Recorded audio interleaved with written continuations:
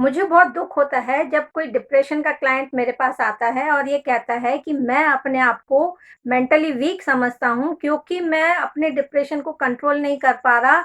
मेरे थॉट्स पे और मेरे इमोशंस पे मेरा कंट्रोल नहीं है, इसलिए मैं अपने आप को मेंटली वीक समझता हूँ। और इससे बुरा ये होता है कि उसके आसपास के लोग भी उसे कहते हैं कि डिप्रेशन विप्रेशन कुछ नहीं होता है, ये तुम्हारे दिमाग की उपज है, तुम अपने विचार बदलो और सब कुछ ठीक हो जाएगा। तो बंदा ये सोचने लगता है कि सब लोग ऐसा कह रहे हैं, यानी मेरे अंदर ही कुछ गड़बड़ है, मैं अपने इमोशंस को कंट्रोल नहीं कर पा रहा हूँ, तो मैं मेंटली वीक हूँ। लेट मी क्लैरिफाई दिस, जिनको डिप्रेशन है वो मेंटली वीक नहीं है। There is some chemical imbalance जिसकी वजह से वो इस तरह से बिहेव कर रहे हैं, वो जानबूझ के ऐसा बिहेव नहीं कर रहे हैं। अगर हमको कोई फिजिकल डिजीज होती है, सपोज डायबिटीज है या ब्लड प्रेशर है, तो हम किसी को नहीं कहते हैं कि अरे तुम बहुत मेंटली वीक हो इसलिए तुमको ये बीमारियां हो गई, क्योंकि हम जानते हैं कि इन बीमारियों के पीछे बायोलॉजिकल रीजन भी है और एनवायरमेंटल रीजन भी है। इसी तरह डिप्रेशन के पीछे भी कई कारण हो सकते हैं, उनमें बायोलॉजिकल रीजन भी हो सकता है, साइकोलॉजिकल रीजन भी हो सकता है और एनवायरमेंटल रीजन भी हो सकता है। तो इसको बोलते हैं bio psycho social model. Biological reason की जहाँ तक बात है तो उसमें जेनेटिक्स भी हो सकता है और केमिकल इम्बैलेंस भी हो सकता है। अब जीन्स की अगर हम बात करें तो अगर किसी के पेरेंट को डिप्रेशन है तो वो जीन्स बच्चे में पास ऑन हो सकती हैं, लेकिन इसका मतलब ये नहीं कि उसे डिप्रेशन होगा ही होगा।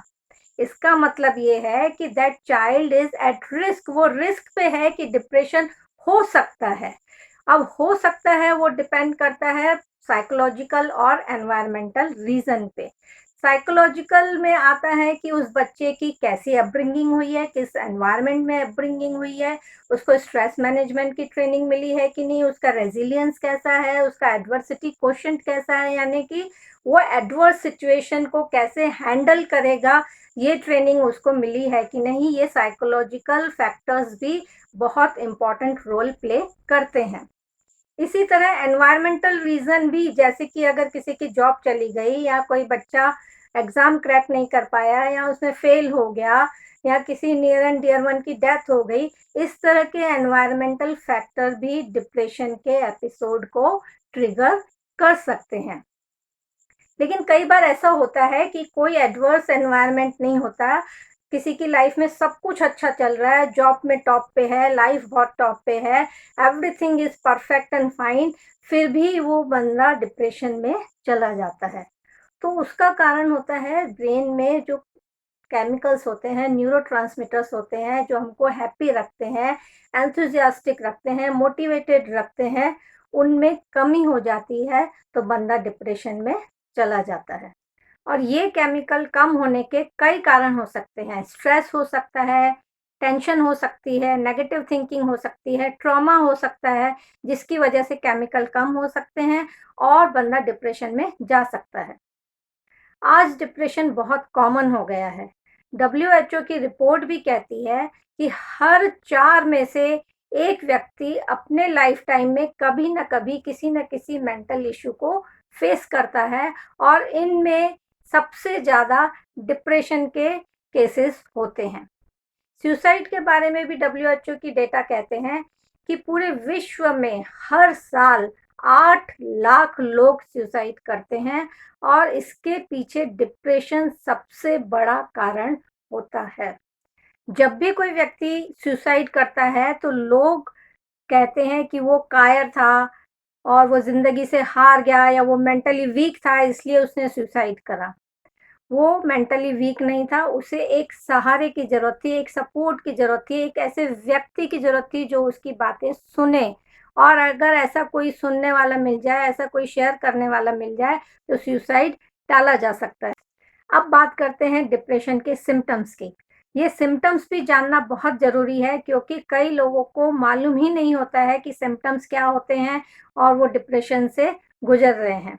और इसलिए भी जानना ज़रूरी है कि कई लोग आजकल बहुत कॉमन लैंग्वेज में यूज़ करते हैं। अगर एक दिन खराब हो गया या एक कोई खराब इंसिडेंट हो गया तो बोलने लगते हैं आई एम फीलिंग डिप्रेस्ड, मुझे डिप्रेशन हो रहा है। तो डिप्रेशन होने के लिए जो सिम्टम्स हम डिस्कस करने वाले हैं वो कंटिन्यूअस 14 डेज तक रहते हैं, तो क्लिनिकल डिप्रेशन उसको डायग्नोस किया जाता है। कंटिन्यूअस 2 हफ्ते तक, 14 दिन तक लो मूड रहना, सैडनेस रहना, थकान रहना, एनर्जी में कमी, या जिन चीज़ों में पहले प्लेजर मिलता था, अच्छा लगता था, वो एक्टिविटीज़ करने में अब कोई मज़ा ना आया, करने की इच्छा ना हो। जैसे पहले बाहर घूमना फिरना, पार्टी जाना या कोई हॉबी परस्यू करना अच्छा लगता हो, और अब वो करने की इच्छा ना होना। दूसरा है नींद में चेंज आ जाना। कई लोग डिप्रेशन में ज़्यादा सोने लगते हैं, कई कम सोते हैं। या भूख में चेंज आ जाना, ज़्यादा खाना या फिर कम खाना। होपलेस फील करना, हेल्पलेस फील करना, होपलेस अबाउट द फ्यूचर, कि फ्यूचर एकदम अंधकारमय है, मेरे फ्यूचर में कुछ भी नहीं है, कुछ भी अच्छा नहीं हो सकता है। फोकस में, कंसंट्रेशन में, अटेंशन में कमी आना। और लास्ट, अपने आप को हार्म करने के विचार आना, सुसाइड के थॉट्स आना। अब बात करते हैं ट्रीटमेंट की। ट्रीटमेंट के लिए कहाँ जाएं, किसके पास जाएं? अगर डिप्रेशन इनिशियल स्टेज में है, अभी शुरुआती लक्षण दिख रहे हैं, तो साइकोलॉजिस्ट के पास जाके काउंसलिंग करवा के उसको ठीक किया जा सकता है। लेकिन अगर डिप्रेशन पुराना है और बहुत सीवियर है, तो साइकेट्रिस्ट के पास जाके मेडिसिन लेनी पड़ती हैं। नाउ जब मेडिसिन लेते हैं तो सिर्फ मेडिसिन नहीं, उसके साथ एक होलिस्टिक अप्रोच अपनानी पड़ती है। उस होलिस्टिक अप्रोच में मेडिसिन भी आते हैं, काउंसलिंग भी आता है, लाइफस्टाइल चेंजेस भी आते हैं, उसमें डाइट में चेंज आ सकता है, एक्सरसाइज आ सकता है, सोशल सपोर्ट भी उसमें बहुत ज़रूरी होता है। जब ये पूरा होलिस्टिक अप्रोच अपनाते हैं तो डिप्रेशन से निकलना आसान हो जाता है।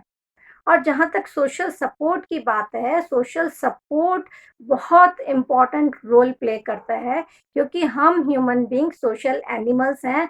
हमको सोशल कनेक्शन चाहिए, हमको लव चाहिए, केयर चाहिए। जब इस तरह का love and care and social support मिलता है, तो डिप्रेशन से निकलना आसान हो जाता है।